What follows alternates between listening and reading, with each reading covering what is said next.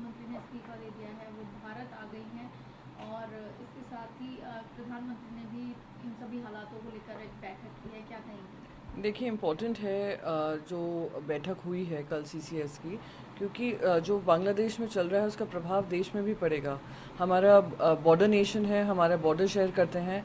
एक तरफ पाकिस्तान ऑलरेडी है, दूसरी तरफ बांग्लादेश में अगर अनारकी होती है तो ये देश के लिए ठीक नहीं है।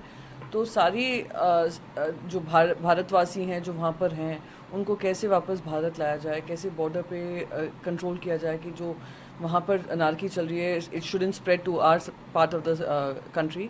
और एज अ सिचुएशन इवॉल्व्स उम्मीद करते हैं कि वहाँ पे किसी तरीके की स्थिरता आएगी, क्योंकि ये अस्थिरता पूरे साउथ एशिया के लिए ठीक नहीं है और ख़ास करके भारत के लिए तो बिल्कुल ही ठीक नहीं है। जी, इसके साथ ही मैम याचिका को हाईकोर्ट ने खारिज कर दिया है, जिसके बाद बीजेपी केजरीवाल के इस्तीफे की मांग कर रही है। भारतीय जनता पार्टी कुछ भी मांग कर सकती है। भारतीय जनता पार्टी वो पार्टी है जो एजेंसीज का दुरुपयोग कर कर अब तक अरविंद केजरीवाल जी को जेल में बनाए रखा है। अब तक ईडी से उनको बेल मिल चुकी है, सीबीआई का बेल अभी बाकी है। जिस तरीके से रातों रात उनको अरेस्ट कर लिया ईडी से, जैसे ही उनको बेल मिली वैसे ही रातों रात सीबीआई ने आकर उनको अरेस्ट किया है। वो दिखाता है कि ये अरेस्ट जो है पॉलिटिकली मोटिवेटेड है, इसमें कोई तथ्य और सत्य नहीं है। ये दुर्भाग्यपूर्ण है कैसे एजेंसीज का दुरुपयोग हो रहा है, खास करके उन लोगों के खिलाफ जो नरेंद्र मोदी जी के खिलाफ जम के लड़ाई लड़ रहे हैं। जी, तो सदन को गुमराह करने के लिए केंद्रीय कृषि मंत्री शिवराज सिंह चौहान के खिलाफ राज्यसभा में विशेषाधिकार हनन का नोटिस देगी। जिस तरीके से अपनी सरकार का बचाव करते हुए कृषि मंत्री पाए गए, एक तो शिवराज सिंह चौहान जी की गलती नहीं है, जो उनकी प्रीवियस मिनिस्टर्स हैं उन्होंने जो लीपापोती की है उसको साफ करने की जिम्मेदारी उनको दे दी गई है।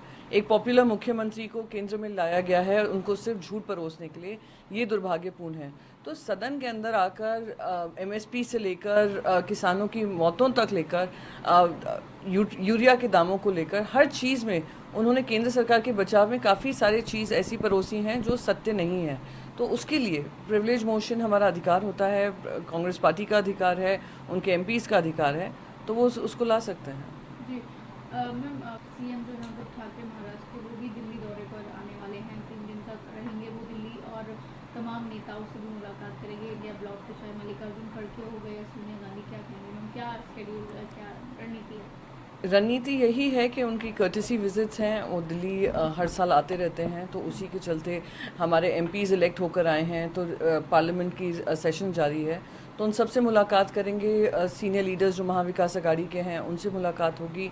आने वाले चुनाव में जो आने वाले हैं महाराष्ट्र में, उसको लेकर चर्चा होगी और उन सभी से संवाद होगा जो मैं मानती हूँ कि स्ट्रैटेजी जो तय करनी है, निर्धारित करनी है, उससे उनके डिसीजन मेकिंग होगी कि आने वाले समय में कौन कैसे लड़ रहा है, क्या रणनीति होगी, किस तरीके से भारतीय जनता पार्टी और वो जो महाझूठी गठबंधन है महाराष्ट्र को उनके चुंगल से हटाया जाए। जी, इंडिया ब्लॉक के राज्य प्रोटेस्ट भी करने वाले हैं, जिस तरीके से स्वास्थ्य बीमा और जीवन बीमा पर जीएसटी हटाने की मांग की जा रही है। देखिए वैसे ही हेल्थ इंश्योरेंस हमारे देश में बहुत लोगों के पास नहीं है और कोई भी मेडिसिनल या ऑपरेशंस होते हैं या भर्ती होते हैं हॉस्पिटल में तो खर्चा बहुत ज़्यादा होता है। उस पर आप जीएसटी लगाएं, हेल्थ इंश्योरेंस पे आप जीएसटी लगाएं, वो बिल्कुल ही नागवारा है। बहुत सारे मुख्यमंत्रियों ने उनको लिखा है, बहुत सारे मेंबर्स ऑफ पार्लियामेंट ने इस मुद्दे को उठाया है, 0 आर पे इसकी मांग उठी है और मोस्ट इम्पॉर्टेंटली नितिन गडकरी जी ने निर्मला सीतारामन जी को लिखा है कि ये 18% जीएसटी हेल्थ इंश्योरेंस पर हटाना चाहिए और मेडिकल इंश्योरेंस पर हटाना चाहिए। तो उम्मीद करते हैं कि केंद्र सरकार उस पर किसी तरह की कार्रवाई करेगी। निर्मला सीतारामन लेटेस्ट अपडेट के लिए हमारे चैनल न्यूज इंडिया फर्स्ट को लाइक, शेयर एंड सब्सक्राइब करें एंड यस बेल आइकन को प्रेस करना ना भूलें।